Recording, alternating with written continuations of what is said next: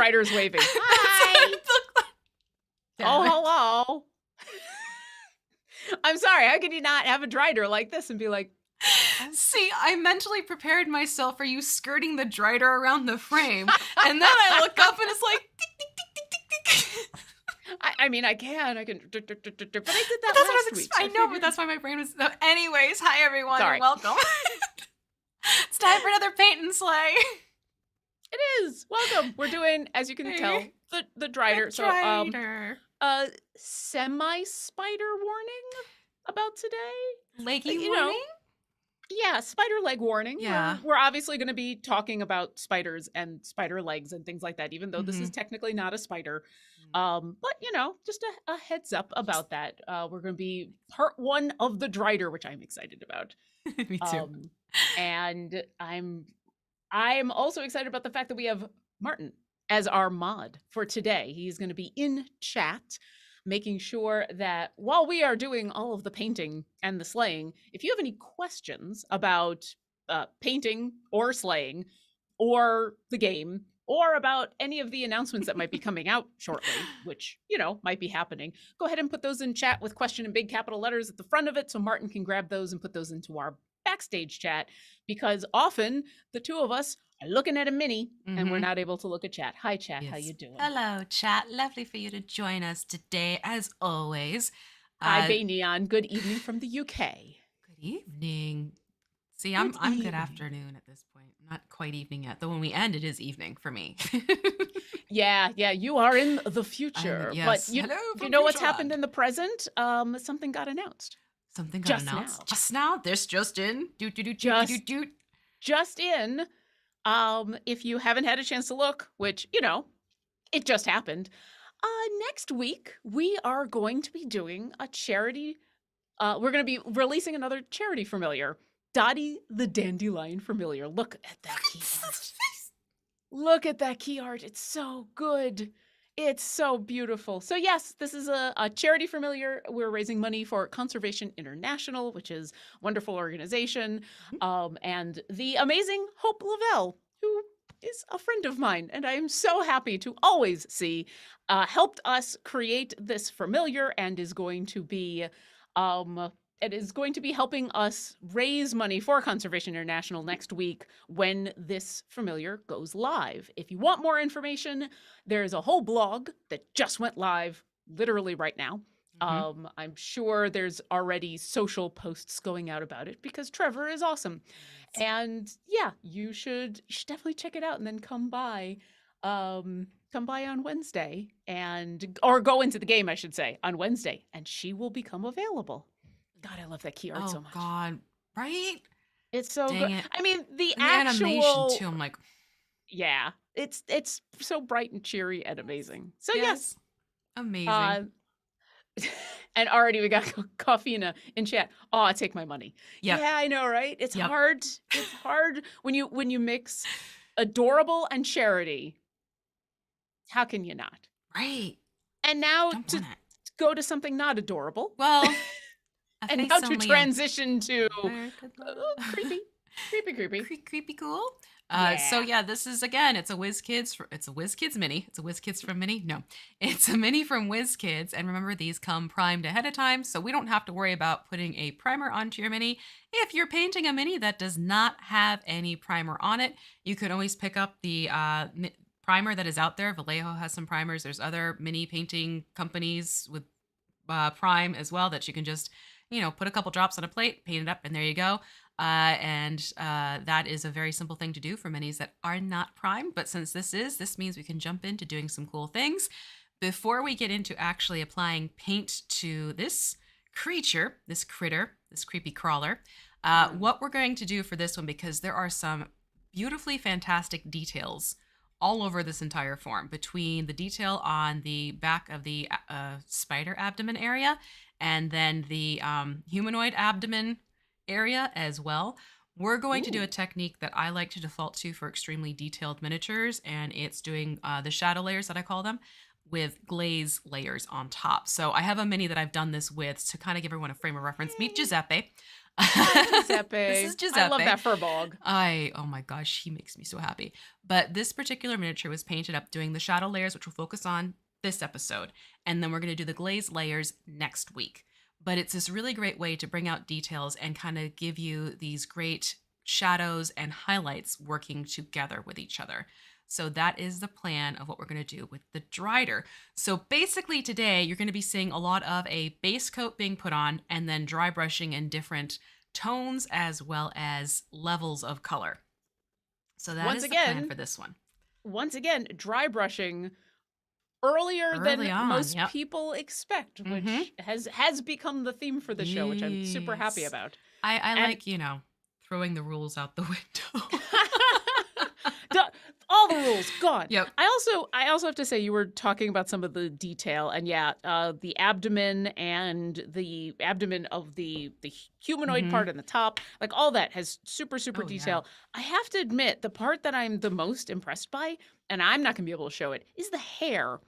Yes. The hair on this Drider is super anime, and I love it. Yes. It's got a Absolutely. swoop going to it. You've got it's just super cool. It's very, what is it, Vegeta from Dragon Ball Z? think I that's what it don't is. know enough. You know what? I trust you. I know enough to know that's very anime. I'm gonna avoid saying a specific person because I Yeah. won't. There you go. Because I won't get the right person. But That it or is really cool hair. Sonic the Hedgehog, one of the two. But I just like the swoopy hair. Mm-hmm. It's fun. Okay, so what we're going to do for the base color is we want to start off with a dark charcoal, which means we're going to take black and we're going to take dead white from the game color line from Vallejo. Or if you're playing the I'm using my own paints game, basically just classic black and classic white essentially. So we're going to take those and we want a deep charcoal gray. Deep charcoal gray. Yeah. Okay. And I'm gonna. Sorry, I've gone off screen because I'm grabbing a different brush to do the mixing with. There you go. Because I've learned that makes makes help, things really easy. Okay, so how much of each are we using? So I'm doing about a quarter size of the black and then doing a pea size of the white. Okay. Because it's a relatively large mini, so we're covering a big surface. Yeah, and I may have to play around a little bit because again, my black from this particular bottle is extremely liquidy. So sometimes I have to add a little bit more black than I anticipated, but hopefully this will be the right balance. And you said like a dark charcoal gray? Yeah, dark charcoal gray. All right. So we'll see. We'll see if you've got to add more black and I got to add more white. Yeah, I think I need to add more black because this is still too liquidy. Oh, gosh. I probably need to add a little more white because I kind of see where your color is going here. Mm-hmm. I also had one of those, I don't know if there's a technical term for this, but a bunch of paint had dried on the inside of the cap. Plugs. Well, it was a plug that was outside the cap, and so I just kind of pulled it off. I'm like, oh, this is interesting. Yeah, this black is getting more and more liquefied the older it gets. I'm like, oh, okay. Now, is that the kind of thing that you eventually just have to buy a new black? Yeah, I'll have to cave soon eventually and just sort of know, either keep in mind as I'm mixing my colors, like I probably could have done less white and been okay. Just try and remember like, oh, this one is one that's on its way out and needs to be more carefully watched. And then I can get a new bottle of black and hopefully it's a little less borderline glaze and consistency. All right, here we go. So that's just a nice darker gray. See, it is not quite, because my pad is black, but you can see that this is gray, but it has tones of a darker, almost black-like color. So that's charcoal gray. Charcoal gray. And I think I've got it matched pretty well, so I'm pretty happy. Excellent. All right, then I'm going to take that, and that will be my mixing brush. So I'm going to get my painting on brush. I'm going to take, you can do either a number 3 or a number 5, whichever is more comfortable and accessible. Okay. And I'm just going to start applying this. Now, this is going to go on to everything. So the body, humanoid body, spider body. This is so weird when you have to do like the two put together. And yeah, then I mean, base. we've basically got a centaur, so yeah, you exactly. Spider tar. And we're putting this on in a thin layer, I Yes, in a assume. thin layer everywhere. Now, again, because my black is already very thin, I don't need to thin this out. But I do recommend that you do thin this paint if your paint is more the consistency of like a toothpaste or ketchup. That's too thick. You want to Yeah. thin things down to be about the consistency of maple syrup, as I like to say. And I'm actually gonna do that right now. Just add a little bit of Bit a water. little water. And that's why you also want to make sure when you're painting, you have your rinse water and your thinning water And your drink cup in a in a completely different different container. mug. Because the last thing you want to do is drink out of your rinse water. I've been good so far. It's not, I do not recommend. 10 out of 10 would not recommend. I feel like at this point, because I've got the cup in my hand, I might as well say, hey, if you would like to join us on Paint It's and Slay, true. either on the VOD or live here and in person, you can come to our Discord, discord.gg/idlechampions. Drink. Mm. Drink. On our Discord, you can find a channel that is devoted to Paint and Slay, which will have updated information in the pinned information about all the stuff that you need. And I say all, but it's really not that much. It's some paints, it's a couple of brushes. If you would like to spend a little more money and get washes, you can, but we also know how to make those washes happen. And then the mini, and that's basically it. And the paints and the paintbrush you buy and you just use for all of the minis, so it's really really easy. It So come by our is. Discord and paint along with us. And then also we've had people in that Discord channel who have been posting their own minis that they've gone on their own painting journey with, which is awesome. I adore it. Yeah, it is It's really super super great. cool. Yep. And that Whether you're actually, doing sorry. no, I was going to say, and that actually is also great to see when people share their minis that aren't necessarily from the show. Don't Yes. feel like you have to limit it to just what we're doing on the show itself. Yeah, paint along with whatever mini you got Mhm. in the house, because hey, as fans of TTRPGs, even those of us who before we started to do a show with a very renowned mini painter, we had minis in the house. I have a couple of unpainted minis floating around, and so chances are you Yeah. might have something you could just grab and Mhm. use. Exactly. All right. So I've honestly just started with the base because I'm like, let me get there first for no apparent reason. However you Okay. want to get this on is totally up to you. The whole point is we're graying out this entire form. And the reason why I am doing this is because it'll help bring out those depths that are in these details, the depths in the details. And it'll Yeah. give us, it'll start basically building our shadows. So we start off with the darker tones, and then with a series of dry brushing layers, we build up, up, up, up. It's sort of playing off an artistic technique in oil painting called chiaroscuro, which is light and Ooh. dark. Yep. Could you pronounce that for me one more time so that I can? Chiaroscuro. Chiaro scuro. CIA Italian? CHIARSCURO, I believe is the spelling. I'm terrible at spelling without writing things down in front of me. Oh So yeah. I'm like, I think that's it. Oh no, I get that. I totally get that. Yeah. See, now I'm gonna have to ask Luke about that. About Yeah. that. You said it was oil painting? Yeah, oil painting, because it would like you start off with the darker colors and you build in the lighter colors to create the forms and the shapes and everything like that. Oh, that's Uh, cool. Rembrandt, I believe, adopted some of that into his paintings, as did others.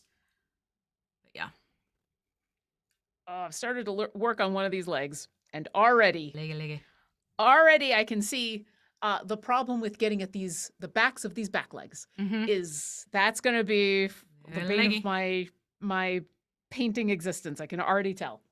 Yes, that's also another reason I'm like, this technique will be helpful because it becomes with the dry brushing a little bit easier to grab those because also where the dry brush isn't hitting as much will then become an instant shadowy area, which underneath makes a lot of sense. And That's then when you start true. applying the glazes over these, the work has already been done for the shadowing and highlighting, and the glazing is just tinting. So it's actually a really fun technique to incorporate. Ooh, Yeah. that totally makes sense. Yep. Also, thank you, Garwar, for putting There we go. Chiaroscuro in the chat for Yep. people who are interested in playing the home game and Yeah. looking that up. I mean, I know, as I said, I'm going to be looking that up later because now I'm super interested. That's a neat one. Or at least asking Luke. Yeah. Oh, we have a couple questions already coming in from chat. Thank you, chat. Yay, Thank you for chat. joining us on this Friday of a holiday weekend for a lot of people. Mm-hmm. Connor the Shadow wants to know.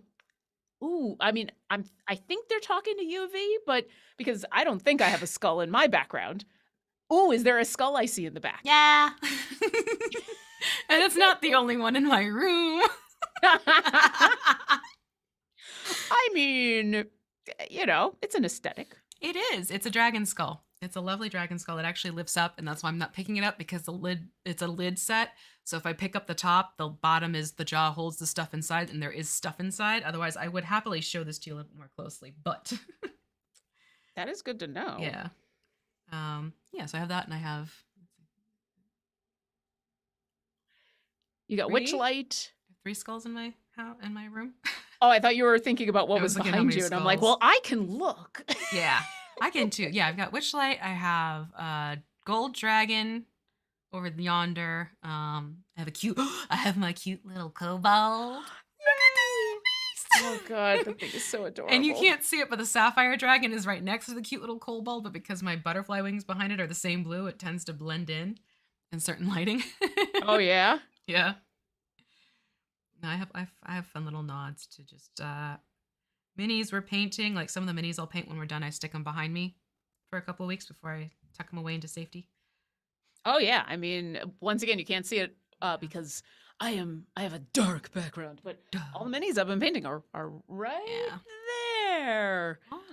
Once again, can't see them. I'll take pictures. There you go. But as we've been going through this, I've been proudly displaying my newly painted minis. Look at what I did. It's the adult version of when you're a kid and you come home from school and you get something. Yeah, either the report card or you've drawn something, and mom or dad are like, let's just put this on the refrigerator. Yep. For everyone to see for a while. Ta-da. All right. Balkan25 wants to know, what is the shelf life of paints? Shelf life of... Okay. Shelf life of paints is going to depend directly upon how humid the area you live in is, how much heat the area you live in gets, how often you open the paint up and expose it to air, and how tightly you cap it. So quite frankly, there's not a stable answer because it varies for a lot of people. I personally have a paint that I have had for 11 years now. Oof. Yep. But it gets stored in the basement. I rarely use it. It's been sealed tightly for quite a while. So yeah, you can have paints sustained for quite a while depending on use and exposure. Might I ask, this paint that you've had for 11 years, is there a reason you're holding on to it, or is it just... nostalgic because it's a color of some crafts I did for a nursery. Oh. So I can't bring myself to throw it out even though I really don't need that particular color anymore. Hey, listen, we all hold on to weird things for nostalgic reasons. That's why I'm like, there's probably a reason. Yeah. Which, that totally makes sense. Yep. I certainly have things for nostalgic reasons that every once in a while, I have t-shirts. I have t-shirts and sweatshirts that every once in a while I look at in my closet and I'm like, I have not worn this in 3 or 4 years. Yeah. I should get rid of it. And then I stand there looking at it. But all right, I'll sit in my closet for another year. Okay. Yeah. All right. I just can't bring myself to get rid of them. I mean, I still had a shirt from middle school until recently. I think I finally donated it. Not donated it, got rid of it, quite frankly, because it was so threadbare. Oh, yeah. Normally I donate clothes when it's kind of like, I'm just not wearing it anymore. But that one was the kind of thing where you hold it up to a light and you could see everything. You're like, that's not good. It's like, this isn't a shirt anymore. This is just this is becoming literally a shroud. Threads. A shroud. Yeah, there you go. It is a little tricky to get underneath the bottom here. So if you get some paint on the posts like I did, that's okay. That's something we can remove with a Q-tip and rubbing alcohol later on down the line. And I will definitely be doing that because, yep, I got some paint down there. Yeah. But that's okay. That's what happens. Yeah. I had a bunch of t-shirts, and this was way back in the day. I did some very light quilting, which Mhm. sounds weird to say, but like I was working a day job in where everyone was like, "Let's do quilting." I'm like, "All right, sure." That's fun. I like quilts. They actually convinced me because the first quilt that we did was flannel, and I went, "Okay, I like That that." sounds cozy. And one of the other reasons that I got involved was the person that was coordinating it, the friend of mine, was like, I can teach you how to take all of those t-shirts that you don't wear anymore, but you want to keep around and make them into a t-shirt quilt. That is a thing that we can Uh-huh. do. And I'm like, okay, I like that plan. And I got about halfway through before I ended up moving and stopping doing quilting on a regular basis. And Mhm. so I do have in a tub in my bedroom, because once again, can't bear to get rid of it yet, Mhm. of just like a stack of just the cutout of a bunch of t-shirts, the front of them, that Ooh. one of these days I will learn the thing that I'm supposed to do, because you don't just I know you don't No, you just have to use the back them. t-shirts Yeah. as the stuff that you quilt with. You don't just go, well, this is my the stuff that I use. You're supposed to like mount it on something. Yeah. You got to get some So interfacing put between it and batting and exactly. So one of these yeah. days I'm gonna learn that, and I'm gonna finish that quilt because I have a lot of t-shirts that did that. But today is not that day. Today's the day Nope. that I'm painting an abdomen.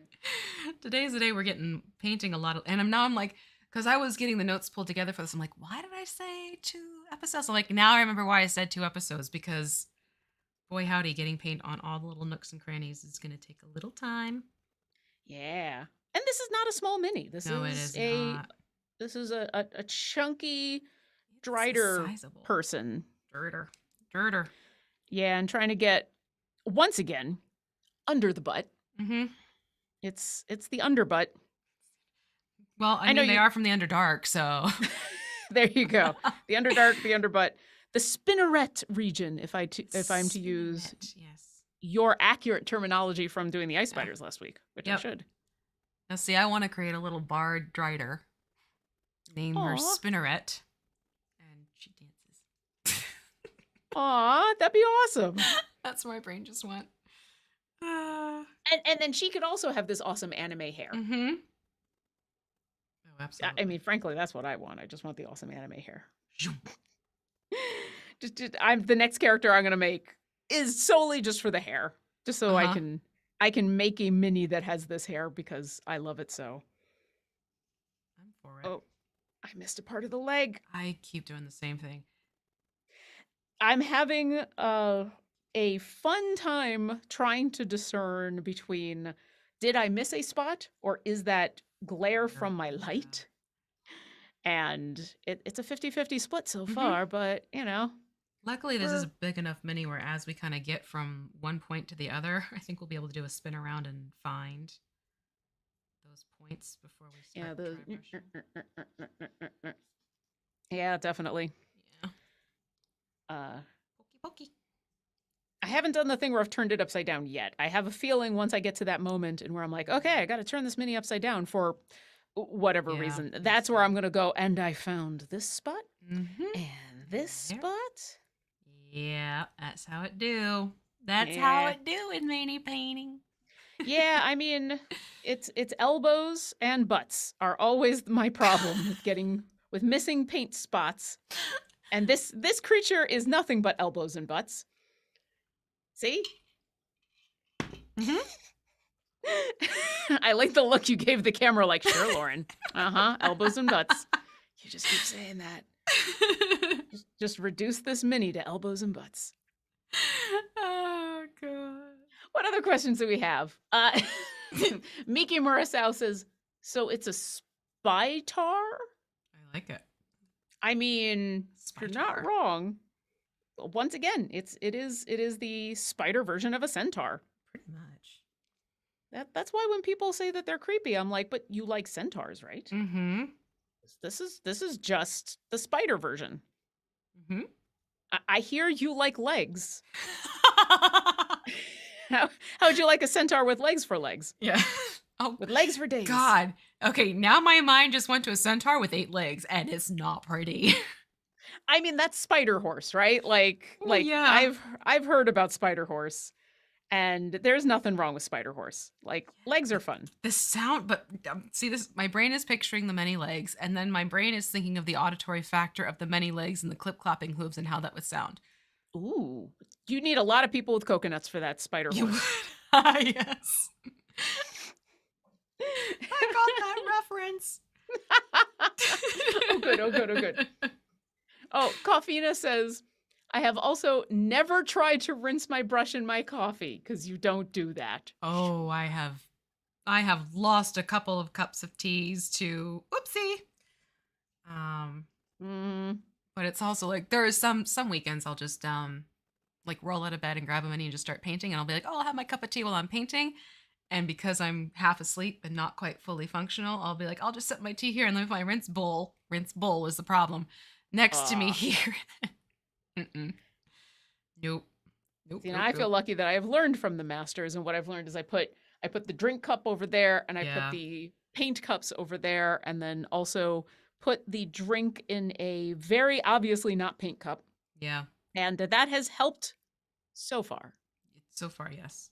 So far. I am I know it's gonna happen at some point It because will. listen, it just will. I am that kind of person. And it's okay. I mean, these are non-toxic. They are non-toxic, yes. And they're actually, I really do need to go back and find that article. There was an article that legitimately looked into the fact of, hey, those artists who like will use their tongue to tip their paintbrushes. Hi. Are they poisoning themselves? No. I mean, that's good to know, right? Yeah, yeah.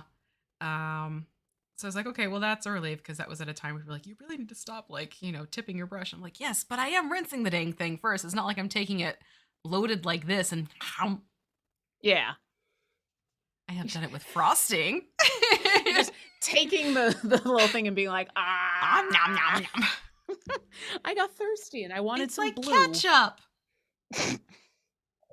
Except gray. Oh, I don't know why that got me, but that got me. Oh my god, some ketchup. Oh god, that's where the herks kicked in. Mm-hmm. Hey, listen, it's a holiday weekend. We can have some fun. Yes.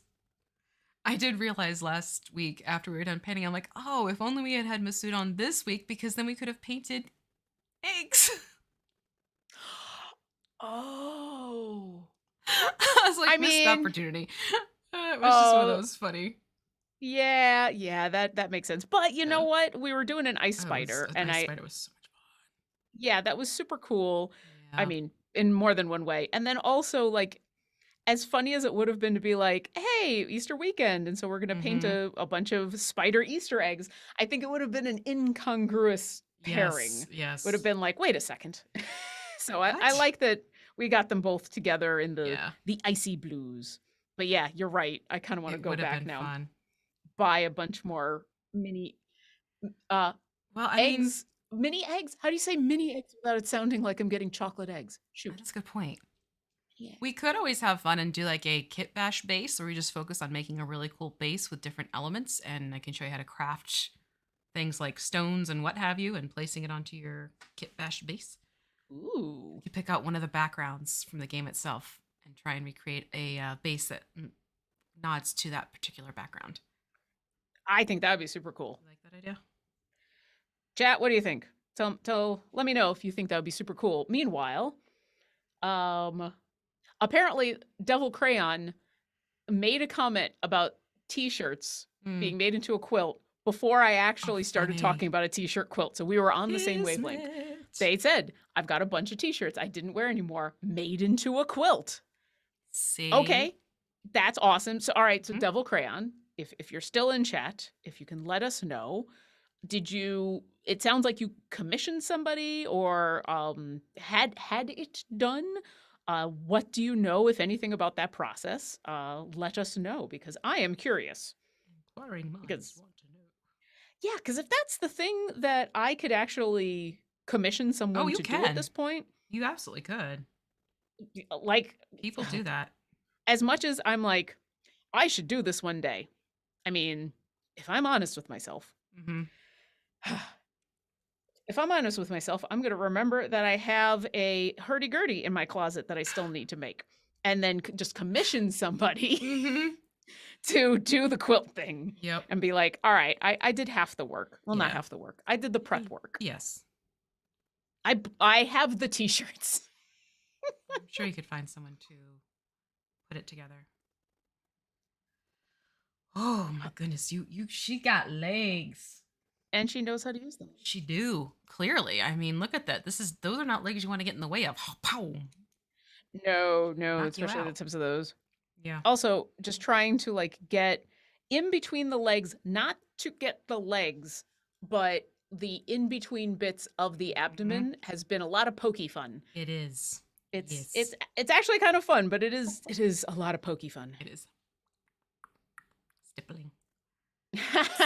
Idiot Control someday said, I'm just listening while working, and I had to stop to check out this elbow butt creature. Welcome to Paint and Slay, where we paint elbows and butts. Elbows and butts. Elbows and butts. There you go. There's a crossover show. You and I talk about painting the mini. And for the sketching hour, they have to figure out what we're painting based on how we're describing.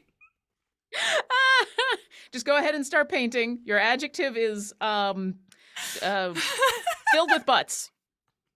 Filled with butts. Go. Uh-huh. You know, knowing how good Alexis and Michelle are both at doing that, they could knock that out of the park. Mm-hmm. It is awesome to watch them just be like, all right, let's take all of this stuff and turn it into a creature. Please turn to a creature. All right, I'm getting close here. I'm getting to the point where I'm going to start going back and looking for the places I missed. I should put it that way.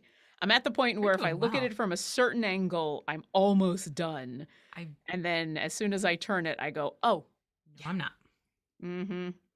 Oh, there's half a leg over here that I missed. I'm like, I'm just onto the other side of the legs. How? Oops. Well, you're doing a lot of instructing. Whereas, you know, I'm just painting away.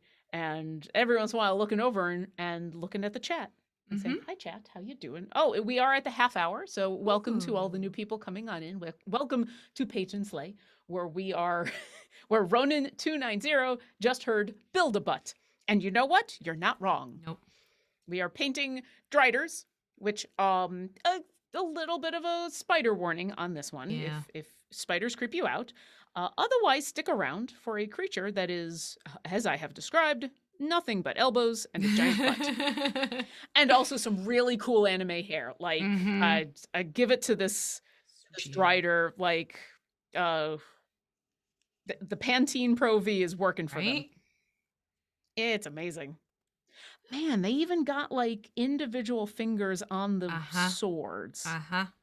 That's really impressive. Yeah. That's why I really wanted to use this shadow layers and glaze technique, because it's a really great way to build up details and bring things to life. In my book, I like doing it a lot. Well, considering you're the expert here, then I would agree. You know, considering how much we have all learned from you over the last 22 episodes. I just did it with a roper the other night. Hold on. Ooh, yeah. I removed my tether. I can show this one off too. I did a roper over the weekend, which is the same technique. So here's the roper. That is it me or does that roper look super happy? Hi! Hi! Hello! Welcome! Thanks for joining! This is not a monster you're fighting. This is my uncle who just wants a hug. I don't know why. I know that's supposed to be a scary mini, but something about that. Hi! Give me a hug! It's got like just enough of the turned up corners to be like, ah! We may have just brought in a mascot unintentionally.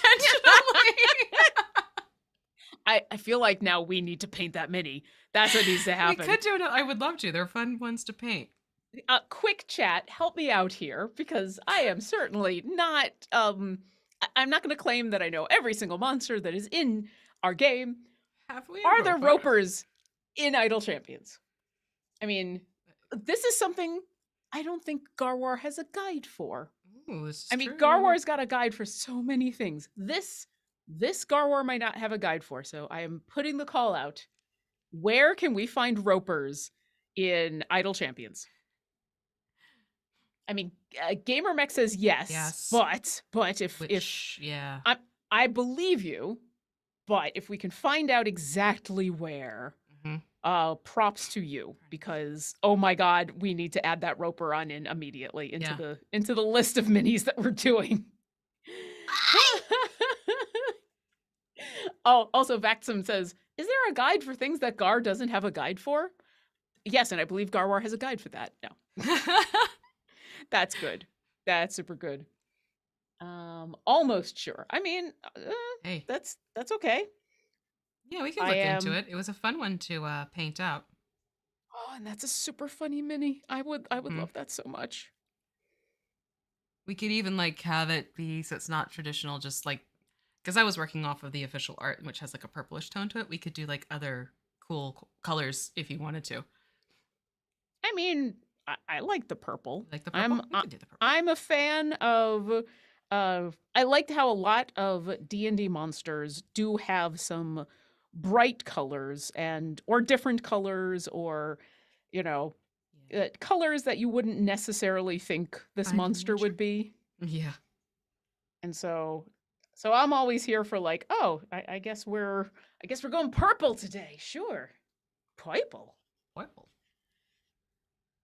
I am Mech says they think it's an event boss. Ooh. okay. That may take a little bit of looking, but we can definitely look into Okay. it.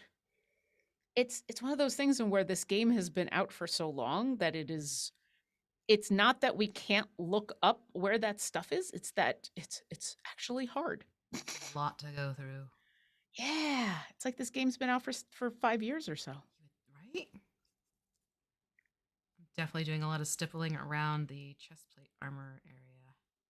Yeah, I was just starting to work there and I'm like, "Oh, that's two more armpits and elbows. There we go." Mm-hmm. So this creature has Mm-hmm. 1, 2, 3, 3, 6, 9, 12, 4, How many bent 5, appendages? 28 elbows and armpits. Holy jamoly. 28. That's I impressive. mean, it's yeah. I That's mean, I guess that's what impressive. happens when Yeah. you're a spider centaur. Yes. Spider. Well, and if we do the roper, Mm-hmm. I mean, those are tentacles, so I don't know if those count so much um this thing now has an armpit, but it's got a couple of tentacles on there, Do have so that, yeah. Oh, come apparently eyes and mouths and elbows in places they're not supposed to be. That's how you make a monster. on. I Uh mean, not wrong. yeah. Real Verge is asking a question first. I will say, welcome. I know you say in this question, sorry if this is an often asked question. That is totally okay. We have new people coming into the show, the game, all of the time. And whether or not it's an often asked question, that just means it's a good question to ask. That just means it's good that you have asked it because there's probably a bunch of lurkers in chat. Hi, lurkers. I know you can't see me Oh. waving, but I am. We appreciate you. We understand the lurkin work. There's probably a bunch of people who are going, oh, I'm glad someone asked that. When you sit down to paint, how planned is your painting and how much is improvised on the fly? That is an excellent That's a question. very good question. I know you've talked a little bit about your planning process, but can you go into slightly more detail about that? Because that's a really good Sure. question. Well, when I know I'm approaching from an instructional level, it's how I paint personally for myself as an artist is completely different than how I paint as an instructional mini painter.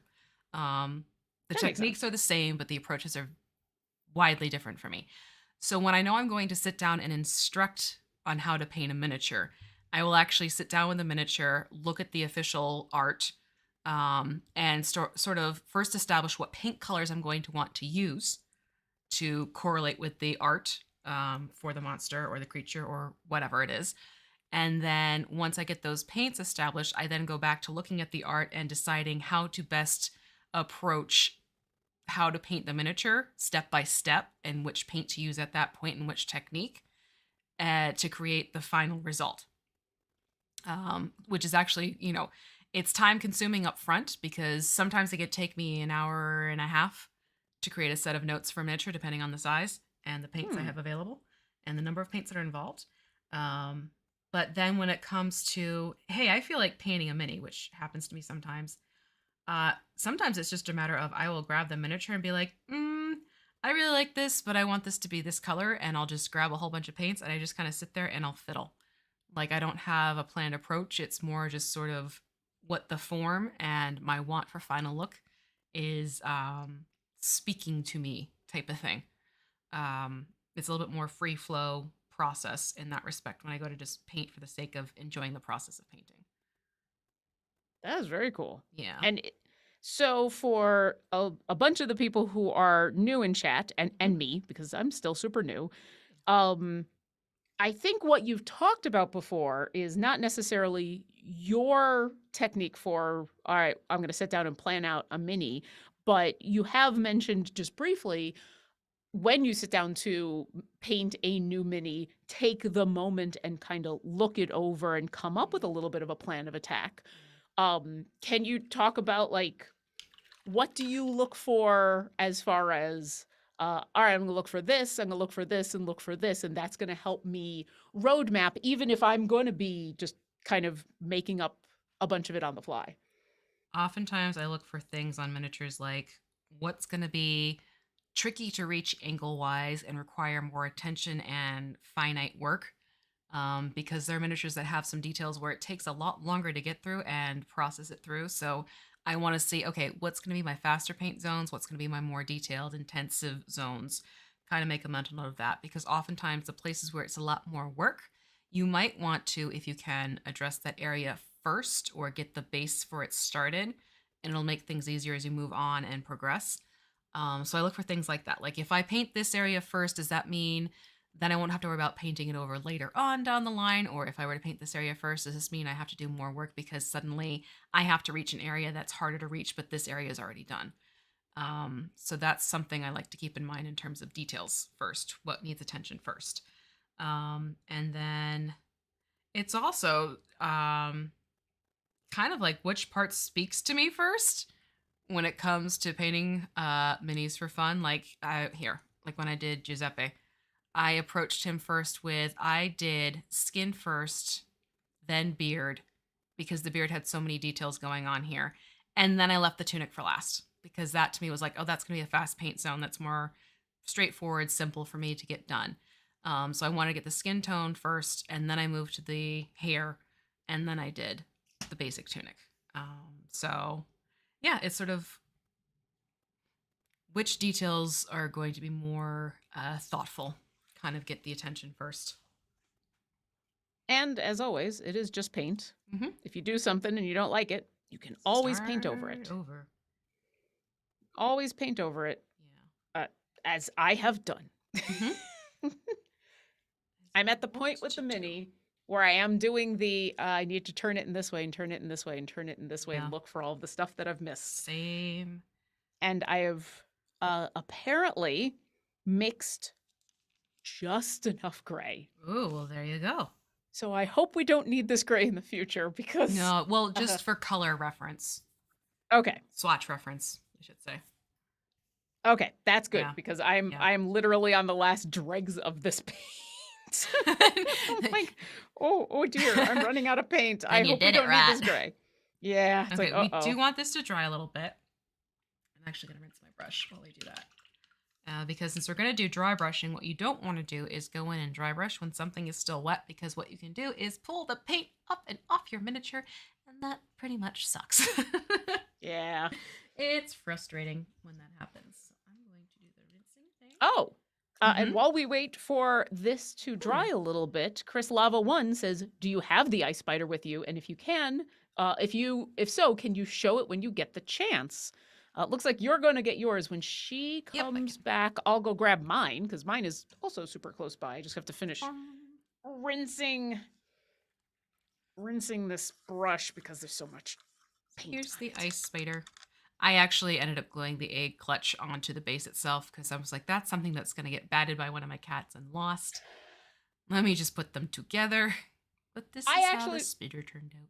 Yeah, I was actually thinking about doing that exact thing just for aesthetics, and I kept them separate simply because I had the moment of, oh, if Luke ever wants to actually use this as a mini, I think he's going to want to be able to move those around. Yeah. But we also don't have cats. Let me grab mine. Hold on. Hey. But this is the ice spider. The cutie.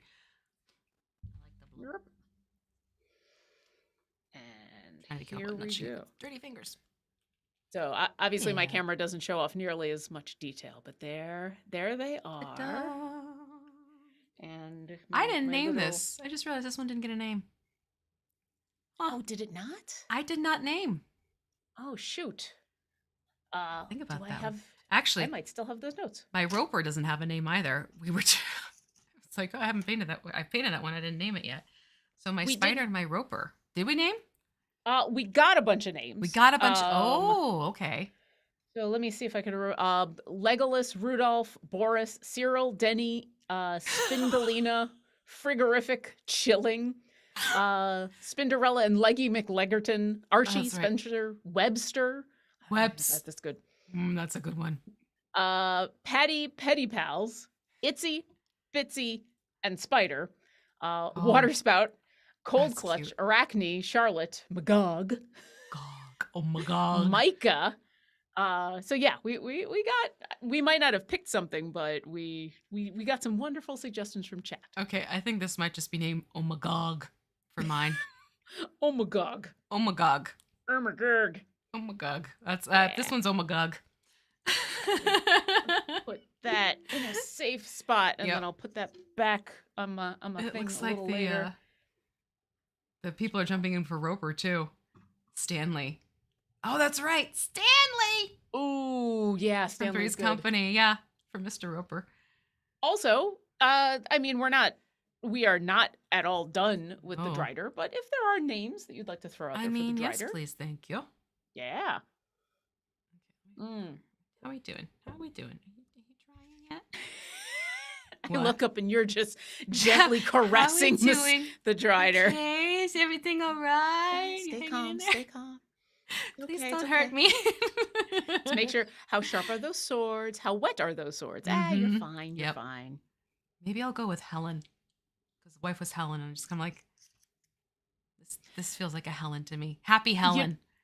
You know what I love is you said Helen, and this is the internet age that we live in. I'm immediately thinking of that video of it's a groundhog standing up, and it's yelling, but there's someone has dubbed over it, and they're yelling as though they're yelling for someone named Helen. It's just them going, Helen, Helen, Helen. Yes. I'm sure there's somebody in the chat who will find that video. It's very funny. Yep. Okay, so I'm going to start mixing the next tone of gray, and actually because I had to keep adding more black, I have plenty of paint left. So I'm going to create a lighter gray, a medium gray, I should say, by adding some more white to this now. So you want to create a gray that is probably like 3 steps above from the dark charcoal. Okay. And since... Actually, here, we can do this. I don't want to use this color because this is metal, but you want to have it like kind of like the gunmetal tone. That's not shiny. I got the gunmetal here, so yeah, that's a good reference. So dark, and yeah, definitely. And how much are we making of this if we say used up all of our previous gray? Probably start off doing like another, probably like equal parts would do the trick for you. So if you did equal parts, a couple pea size worth each. Okay. Should do the trick for you. Yeah, because I do not have enough of the gray left, but you know, I can use that for reference and make sure I'm getting a lighter gray.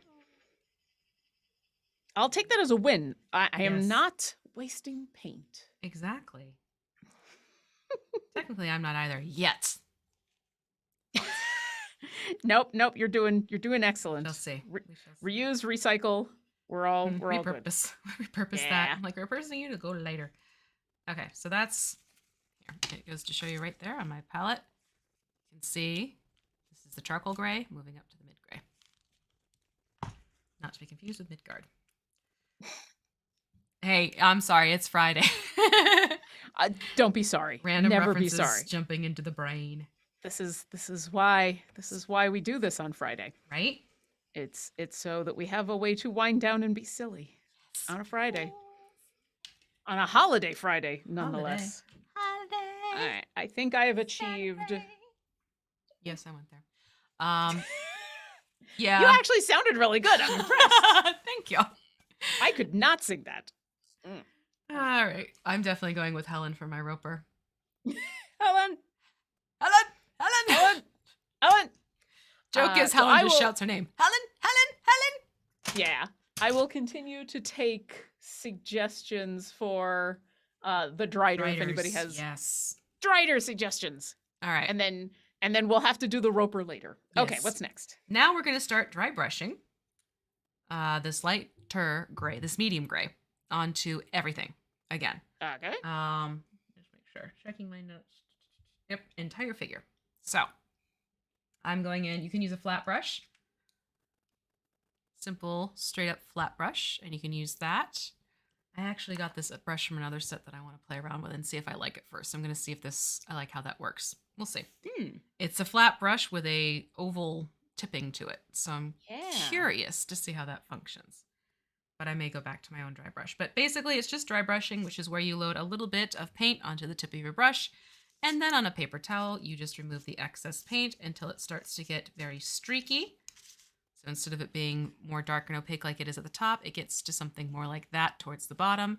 And then I'm going to move to my Drider, and I'm going to start pulling the color along the surface so that it starts to bring out the details a little bit more, but it doesn't go into the recesses of the sculpt. So you're floating the paintbrush on top of the surface. And this is the moment where I need to...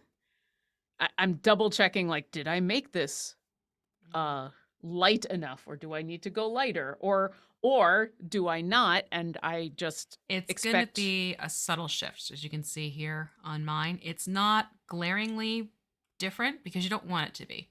Mm-hmm. So just a couple tones up from what you have already. It's like going from a robin's egg blue to a sky blue. Yeah, and I'm always one of those people who I overdo the dry brushing. I'm like, ooh, this is good. I like this a lot, and then I do too much.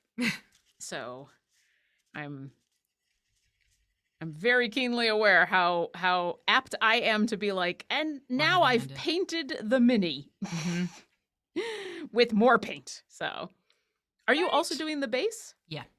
Okay. For this one, I am doing the base. Good to know.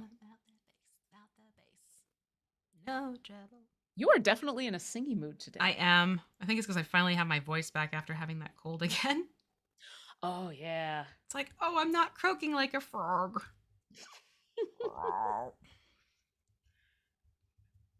Aw, thank you, Mimi Fick. Oh. I said, those minis are looking nice. And we've only just begun, which I will say just to inspire more singing. Just begun. There we go. And I'll stop there because I don't want to get as, it's like you get under 10 seconds. That's it. That's all they give you. That's all you got. Mm-hmm. That's all you got. Unless you start to parody things. Which, we could argue that here while we're painting minis and just random songs are coming to our head, that's arguable. That's a little bit of, you know what? Let's not argue it and let's just not do it. That's what we're gonna do. Yeah, I'll still keep it under the timeline. Yeah, definitely. And a 1 and a 2. We've got suggestions for names. Yay! So you saw the Stanley and the Mr. Roper for your Roper. Gamer Mech says, oof, all right. Israeldin Druerdan. And I know you're playing off of um, Right? some names that I'm not going to pronounce. It looks very cool. I might not go with that name simply because then I'd have to pronounce that.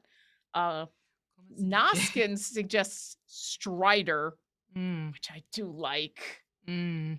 I am all here for Lord of the Rings references because why not? Mm-hmm. Coffina says McSpinster, Spinster. which I'm also here for. Mm-hmm. And Ronan 290 says spin dash dash et, which I have added the dashes in because I think that's important to the visual of that name. Mm-hmm. Agreed. Fully agreed. Oh, see, now I have to dry brush elbows. Jeez. Yeah. So I'm liking this brush for like the wider spots. I'm definitely gonna go smaller in a second. Because there's just some areas I'm like, yeah, it's not gonna reach properly as I need it to. And is that simply because of the rounded shape? The width of it, yeah. The width of it and the rounded shape. So I'm gonna use this on the legs and the bigger body, but I'm gonna switch to my little dry brush soon so I can get to those more fine-tuned areas of the armor and the humanoid form. Yeah, the armor and the body definitely have a ton of detail. And I don't want to heavy-hand it too much if I can help it for those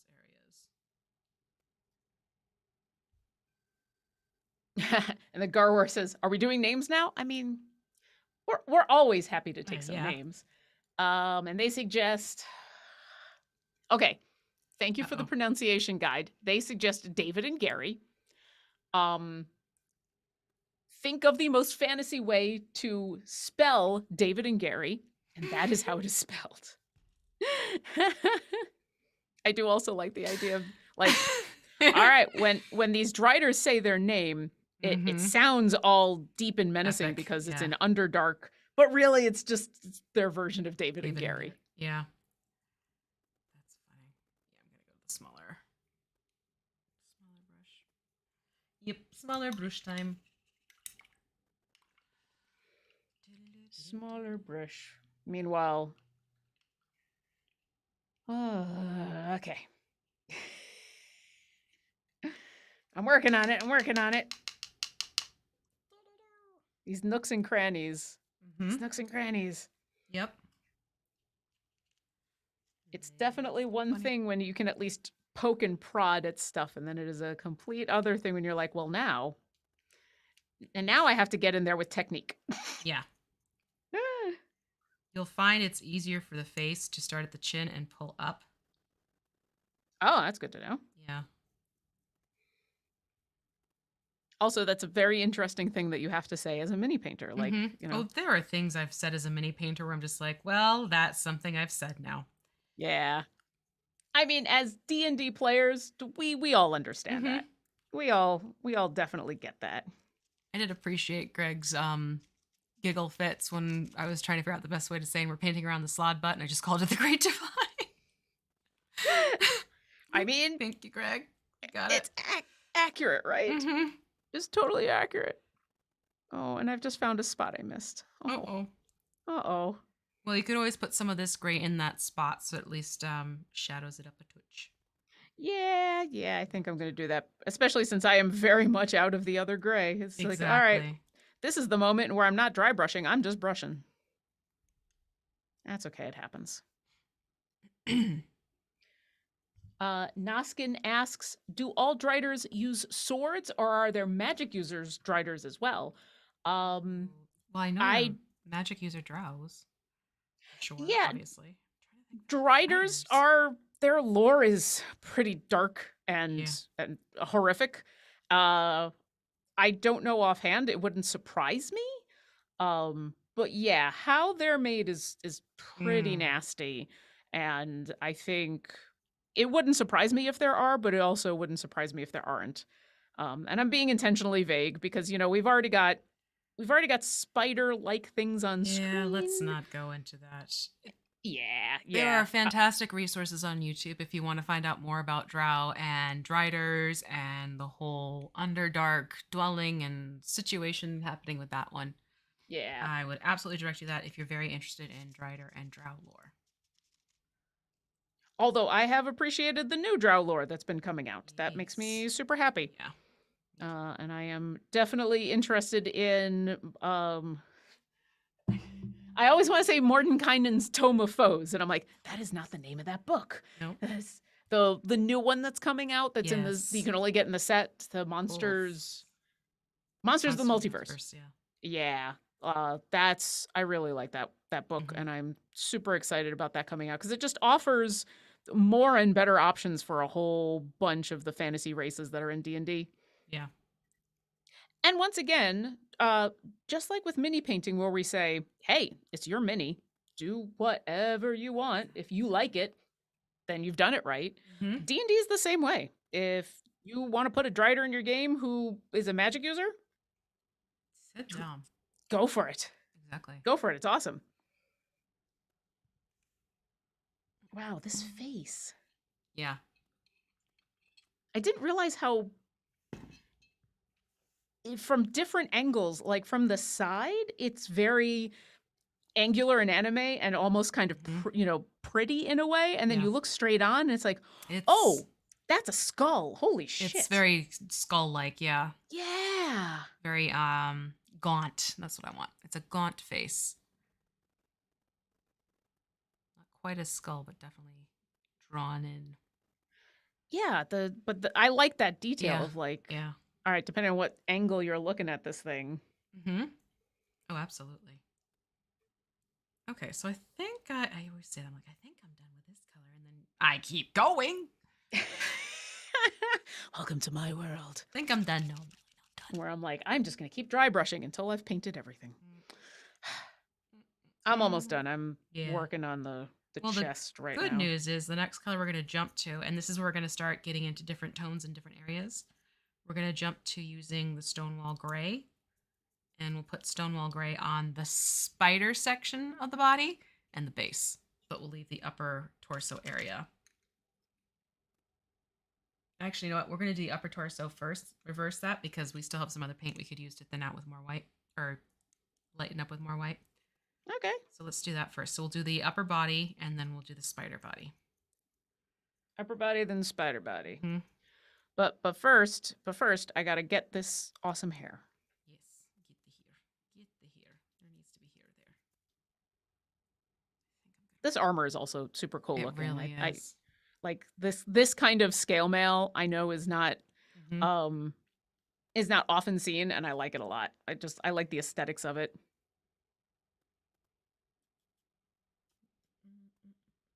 Oof. Okay. Sorry, chat. I got distracted. Super light gray at this point. Steel Wolf 171 suggests a Drider name, whatever the drow translation of Leggy Steve is. All right. Okay. I like it. All right. And I think I've also reached the done point on the this dry brushing. Excellent. I'm just going to mix a certain little small area as opposed to all of it. Yeah. I've been trying to learn when I get to the point of, oh, I think I'm done versus, oh, I should keep going just because I keep wanting to add. Yeah. Add more and add more and add more. Totally fair. Okay, yeah, that's the light I'm looking for. Okay. So you can see now. Oh, don't drop it. Don't drop it. So now it's a very light gray. Okay. And so you took the gray that was what we were just working with. Yeah, and just added more dead white to it. Okay. Oh, where's my white? Dry brush, and I'm going to do that on the humanoid body and the armor. Okay. And how much white did you add, knowing that like mileage may vary because of what's left? I think I did like another good pea-sized drop in a little corner, and I just mixed in the little corner, not with everything else. So I pulled paint to it as it built up. Oh, okay. Yeah. So just start with like a little blob of white towards the side and mix that little blob first and see if that gives you a light gray first before pulling in more color. Okay. Did you just mix it all together? That's what I should have done. Yes, I did. I got excited. Oops, it's okay. It's okay. I literally was doing that as you said, just do a corner and just see. And I'm like, oh, well, okay. This is why you are the teacher. And I'm still learning. Which is perfectly all right. Also, my white is getting to the point where every time I try to use it, a giant bubble comes out first. Oh. Yeah, that's like, always no, frustrating. I don't want this bubble of snot. I want actual paint. Okay. And you said this is humanoid body dry brushing. Yep, armor and humanoid body. Okay. Come here, you and your fabulous hair. Let's do this. Oh, and we are just after 1 o'clock. So if you are just joining us for the first time, welcome. Hello. We are on hour 2 of our Drider paint. Hi. Hello. Also, we're on hour 2 of just enjoying the roper. The roper makes me so happy. If anyone happens to know where you can find and fight a roper in this game, hey, let us know, because that would be awesome, because we want to be able to paint that roper. But if you are joining us, we are working on this Drider. We're going to work on this for this week and next week. If you would like to paint along with us, you can come to our Discord, discord.gg/idlechampions. And you can see at the Paint and Slay channel in that Discord all of the information you need in order to join us. Little bit of paint, couple paintbrushes, and the mini. It's pretty easy. Or if you have minis at home that you are using, that you want to paint, and you just want to paint along with us, but paint your own mini, that is awesome. Come and join us. I think all of the episodes should be up on YouTube. There's a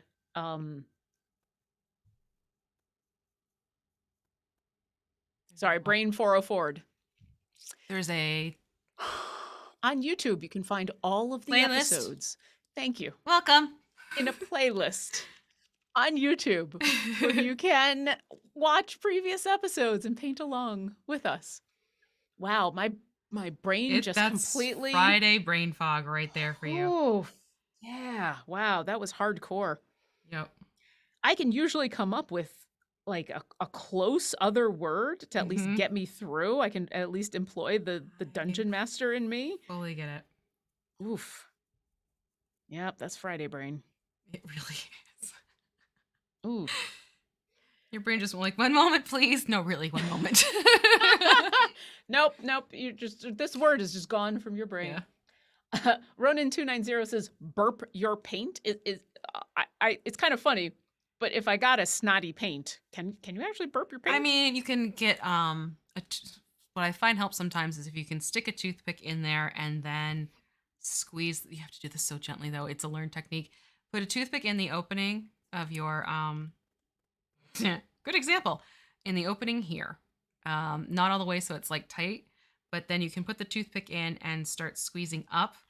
And then as soon as you start seeing paint coming up and out, you push the toothpick down. That will stop the paint from coming out really fast. And then you just carefully remove the toothpick and it helps alleviate some of the air. Yeah. I might give it a try because my white is getting out of hand. You know. The snot bubbles are getting really bad. It needs a tissue. Yeah. I will do that off camera though for the inevitable moment in where I burp too hard. Blurp. It's just going to happen. And that's okay because I'll be prepared for it and I will have lots and lots of paper towels. Because sometimes just being prepared for the inevitable whoopsie is more important. Yeah. It helps. Okay. This part of the hair is tricky. Come here. Yeah. Don't you want your day at the salon? Yeah, I was very impressed with these fingers on the swords, and now I'm less impressed and more annoyed. Why is that? Well, just trying to get the dry brushing on the fingers. Fair. Fair, Like, fair, I fair. like this detail. Show it off. Almost. Show those fingers. I want to paint these fingers. Okay, I need to stop on the upper body because that's enough of that color. We're going to do one more round on the upper body. But not yet. But not yet. Now I'm going to jump to just straight up Stonewall Gray because it's a warmer gray as opposed to a cooler gray that we've been using. Okay. Which is intentional because I want to Silver. shift to a warmer gray color for the lower parts. Well, where did my Stonewall Gray go? Shake there. The Stonewall Gray. There you are.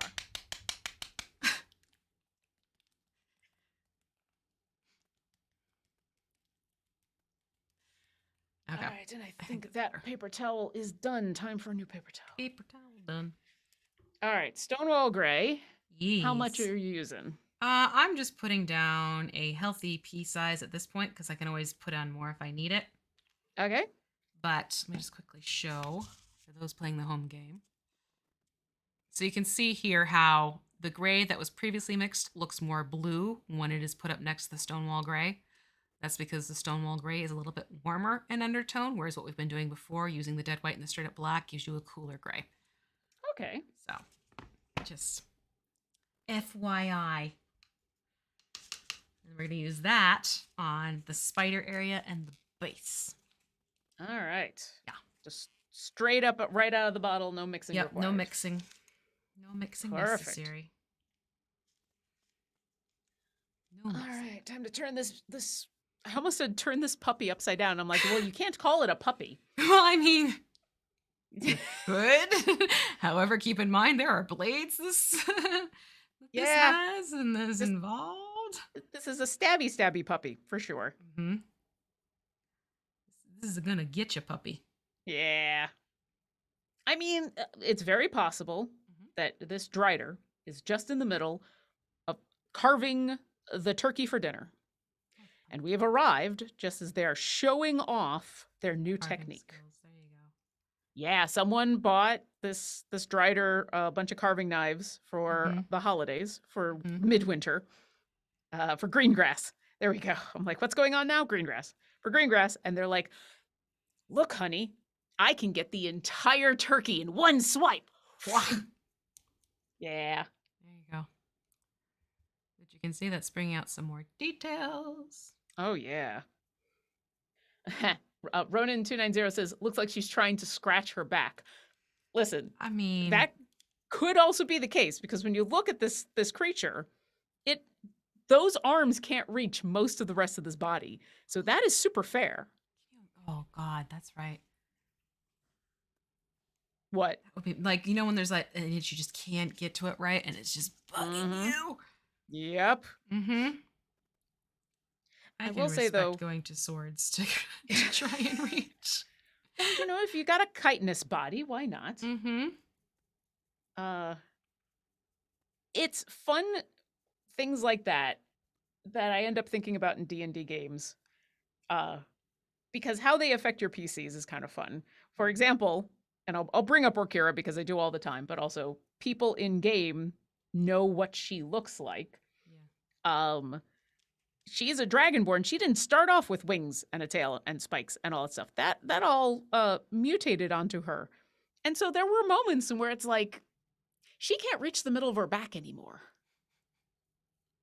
Nope. She can't sit in chairs because the tail gets in the way. So sideways. Like, it's just kind of fun to think about that because then you start thinking about, all right, if I'm going to open up a tavern and I want this tavern to be accessible to as many different kinds of people as possible, I should have some backless chairs. I should have some benches. I should have chairs that you can either raise up or lower very easily. Like, I just enjoy that kind of, not mundane, but very real world, day-to-day thinking about all these fantastical fantasy races. Not to make it real, because, you know, magic and fantasy, it's fun. Right. But, like, it's also fun to think about, oh, Orkira would probably want people to help scratch her back.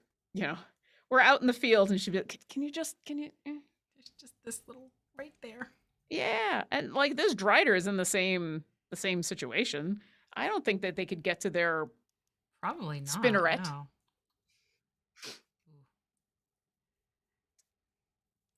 These are my scratching swords. Yes.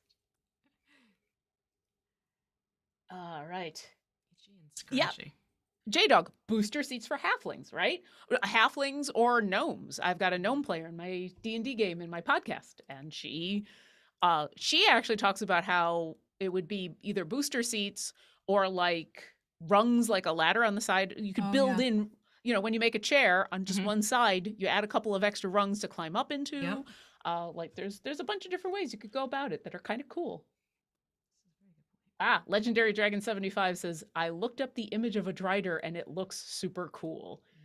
I mean, they're weird, but they're really neat looking creatures.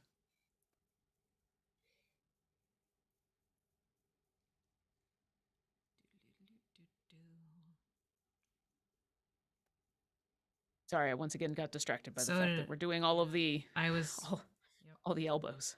Yep, I got caught up on a leg and getting details on the leg, and I was like, I got quiet. Yeah, it's the paint zen, which is really a true thing. When we had Masood on last week, there was that moment where the three of us had paint zen. Yes, it was fantastic, and it was kind of nice. It was like that moment of we're all in the. We're just all in the moment. We just need some nice music and like some like the sound of a waterfall in the background. Oh gosh. Keep painting away. No, there's a thought. All right, I need to let that leg dry a little bit because I missed a big spot. Let that big spot dry. Sorry, I'm also having to realize how much of the elbows I'm having to dry brush. And yeah, this is more time intensive than you would think it would be because there's a lot happening. Yeah. There's the obvious parts of this mini that have obvious detail. The back of the abdomen, the head and torso of the humanoid part. But even like I'm doing the legs, and there's elbows for days. But even the smoother bits in between, there's like creases. Texture, yeah, there's texture in places you wouldn't have expected there to be texture. But that's why I thought this would be fun to do, to bring that all out. And that's another reason why the spider we did last week, I was both surprised, but also really loved the smooth abdomen on that. Because I'm like, okay, this is actually a rare thing, and now it just looks extra cool because it's not something that happens very often. This is true.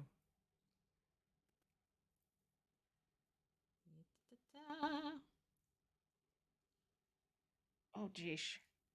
Oh, I'm going to get the spinneret. I'm going to do this. It's going to happen. I will dry brush you. Tickle the dish. Just tickle the dish. Get that spinneret. Get down there. I'm probably very off camera right now. I'm sorry. That's okay. You're fine. Yeah. This. You know what? I'm gonna take a moment and stretch. Not a bad idea. This is a moment to remind everybody at home that if you're joining us for painting, even if you're not, take a moment to stretch and drink some water. Try to not do what I was just doing, which is hunch over your mini and ruin your back. Because hey, I turned 45 last week, and backs are bad. Don't do that. Seriously. Ooh. What?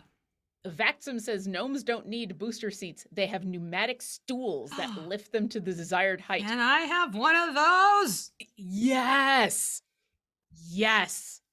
A stool that just flattens down to the ground. So you could like roll onto it, walk onto it. You could climb, whatever you need. And then it just, oh, that'd be super cool. So I'm a goof because I'm like, can I have a pneumatic stool? Yeah. Yeah, but watch.